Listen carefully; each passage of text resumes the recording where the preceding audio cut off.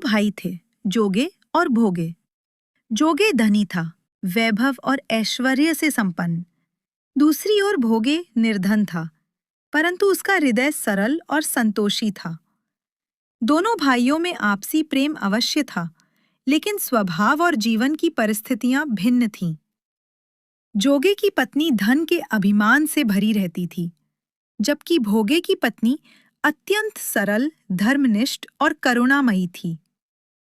जब पितृपक्ष का पावन समय आया, तो जोगे की पत्नी ने उससे कहा, सुनते हो, इस बार पितरों का श्राद्ध अवश्य करना चाहिए।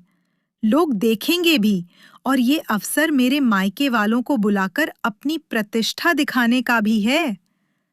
परंतु जोगे ने इसे व्यर्थ समझते हुए टाल दिया।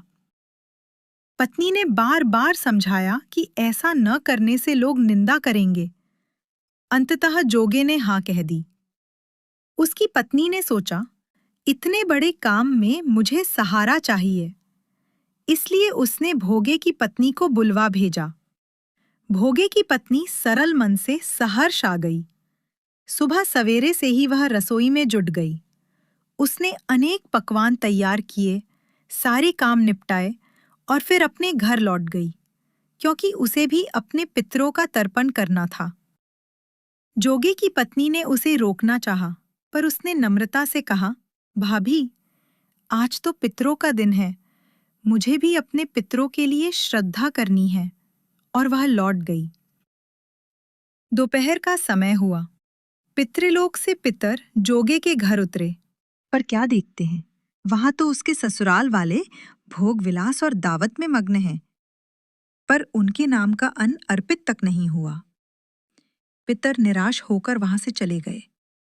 वे भोगे के घर पहुंचे। वहां साधारण रसोई बनी थी, परंतु मंत्रों के साथ पितरों के नाम पर अग्नि में आहुति दी जा चुकी थी।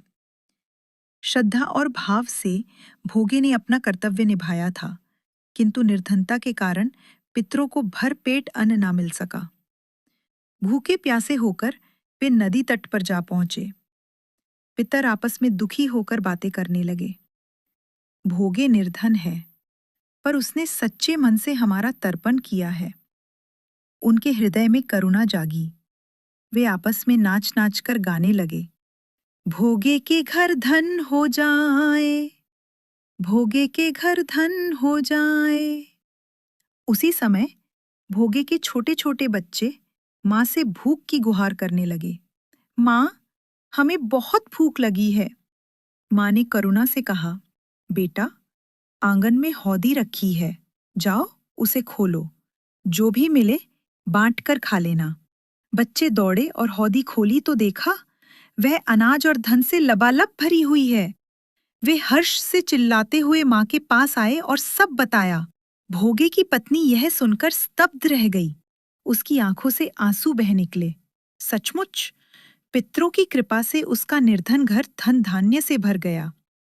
भोगे ने धन पाकर भी घमंड नहीं किया। अगले वर्ष जब पितृपक्ष आया, तो उसकी पत्नी ने 56 भोग बनवाए।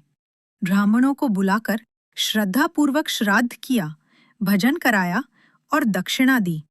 इतना ही नहीं, उसने अपने जेठ जेठानी को भी आदरपूर्वक सोने चांदी के बर्तनों में भोजन कराया। दोस्तों, ये कथाएं हमें यही सिखाती हैं कि श्रद्धा और भाव से किया गया पितरों का तर्पण कभी व्यर्थ नहीं जाता। पितर हमारे अदृश्य रक्षक हैं। वे हमारे सुख दुख पर दृष्टि रखते हैं। जो व्यक्ति पितृपक्ष में श्रद्धा और तर्पण करता है, उसके जीवन से पितृदोष समाप्त हो जाते हैं और घर परिवार में सुख समृद्धि का वास होता है। अगर आपको ये कथा अच्छी लगी हो तो कृपया वीडियो को लाइक करें, चैनल को सब्सक्राइब करें और इसे दूसरों तक भी जरूर पहुंचाएं, ताकि अधिक से अधिक लोग अपने पितरों की कृपा प्राप्त कर सकें।